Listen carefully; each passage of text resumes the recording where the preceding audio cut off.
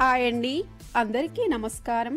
ఈ వీడియోలో మనం కార్తీక పౌర్ణమి రోజున 365 వత్తులను ఎలా వెలిగించుకోవాలి, అసలు ఎందుకు వెలిగిస్తారు అనే పూర్తి వివరాలను ఇప్పుడు మనం వివరంగా తెలుసుకుందాం. ఫ్రెండ్స్, మీరు మన ఛానల్ ని కొత్తగా చూస్తున్నట్లయితే మన ఛానల్ ని సబ్స్క్రైబ్ చేసి పక్కనే ఉన్న బెల్ ఐకాన్ని క్లిక్ చేయండి. మరిన్ని కొత్త వీడియోస్ మీకు నోటిఫికేషన్ రూపంలో వస్తాయి. కార్తీక పౌర్ణమి రోజున 365 వత్తులను తెల్లవారుజామునైనా వెలిగించుకోవచ్చండి, లేదంటే సాయంత్రం సమయంలోనైనా వెలిగించుకోవచ్చు. ఎప్పుడు వెలిగించినా కూడా పౌర్ణమి తిథి ఉన్నదా లేదో చూసుకొని పౌర్ణమి తిథి ఉన్నప్పుడే వెలిగించాలి. 365 వత్తులను శివాలయంలో వెలిగించుకోవచ్చండి, లేదంటే తులసికోట దగ్గర అయినా వెలిగించుకోవచ్చు. తులసికోట దగ్గర అయితే ఇలా పసుపు రాసి అష్టదళ పాదపద్మం ముగ్గును వేసి పసుపు కుంకుమలతో అలంకరించాలి. శివాలయంలో గాని, బావుల దగ్గర గాని, నదులు చెరువుల దగ్గర గాని వెలిగించుకుంటే మట్టి నెలనే ఉంటుంది కదండి, అక్కడ నీటిని చల్లి ఇలా చక్కగా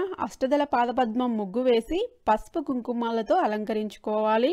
కార్తీక మాసంలో ప్రతిరోజు దీపారాధన చేయలేని వారు కార్తీక పౌర్ణమి నాడు అయినా దీపారాధన చేయమని పెద్దలు చెప్తుంటారు. అయితే మనకు సంవత్సరం అంతా ఏదో ఒక ఆటంకం వల్ల మనం దీపారాధన చేయలేము కాబట్టి ఈ 365 రోజులలో అయితే సంవత్సరం మొత్తం దీపారాధన చేసిన ఫలితం కలగాలంటే ఈ కార్తీక మాసంలో వచ్చే కార్తీక పౌర్ణమి రోజున 365 వత్తుల దీపాన్ని వెలిగించుకోవాలి. కార్తీక మాసంలో 365 వత్తుల దీపాన్ని వెలిగించుకోవాలనుకునేవారు రోజంతా ఉపవాసం ఉండి సాయంకాలం పూజ పూర్తయిన తర్వాత నక్షత్ర దర్శనం చేసుకుని ఉపవాసాన్ని విరమించాలి. అలానే ఈ రోజు దీపదానం కూడా చేయాలండి.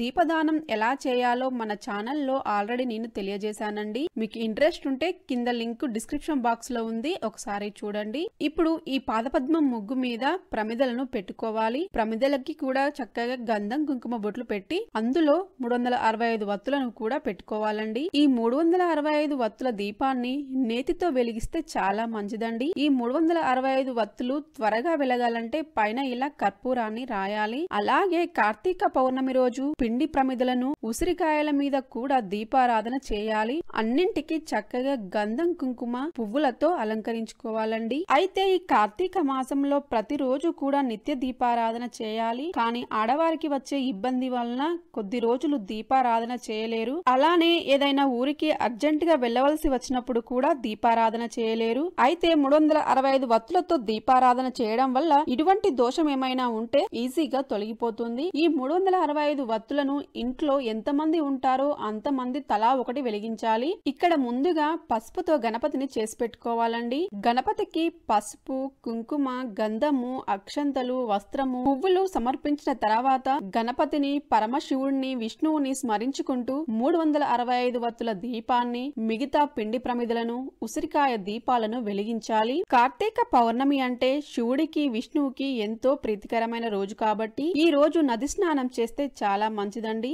ఈ రోజంతా ఉపవాసం ఉండి దైవ దర్శనం చేసుకుంటే పుణ్యం కలుగుతుంది. దీపారాధన చేసిన తర్వాత గణపతి యొక్క 108 నామాలు చదువుతూ పూజ చేయాలి. ఆ పరమశివుడిని స్మరించుకుంటూ ఎవరైతే ఈ 365 వత్తులను వెలిగిస్తారో వారికి పుణ్యం కలుగుతుంది. ఆ పరమశివుడిని స్మరించుకుంటూ ఎవరి 365 వత్తులను వాళ్లే వెలిగించాలి. ఒకవేళ వారు లేనిచో వారి పేరు మీద మనం కూడా వెలిగించవచ్చండి. ఇలా వెలిగిస్తే సంవత్సరంలో మనం తెలిసి తెలియక చేసిన పాపాలు, మనం దీపారాధన చేయలేని దోషాలన్నీ తొలగిపోతాయి. తర్వాత ధూపం వేయాలి. ఒకవేళ ఈ పూజను మనం గుడిలో చేసుకున్నట్లయితే పసుపు గణపతిని అక్కడే పెట్టి రావాలండి. ఈ పూజను తులసి కోట దగ్గర గాని, బావి దగ్గర గాని, చెరువుల దగ్గర గాని చేసుకున్నట్లయితే ఆ గణపతిని మనం ఫేస్ కి రాసుకోవచ్చు, లేదంటే వాటర్ లో కలిపి ఏదైనా చెట్టు మొదటన వేయవచ్చండి. తర్వాత తాంబూలం సమర్పించాలి. తర్వాత నైవేద్యం సమర్పించాలండి. ఈ 365 వత్తులను వెలిగించినప్పుడు నైవేద్యంగా వడపప్పును గాని, పులిహోరను గాని, పరమాన్నంను గాని నివేదించాలి.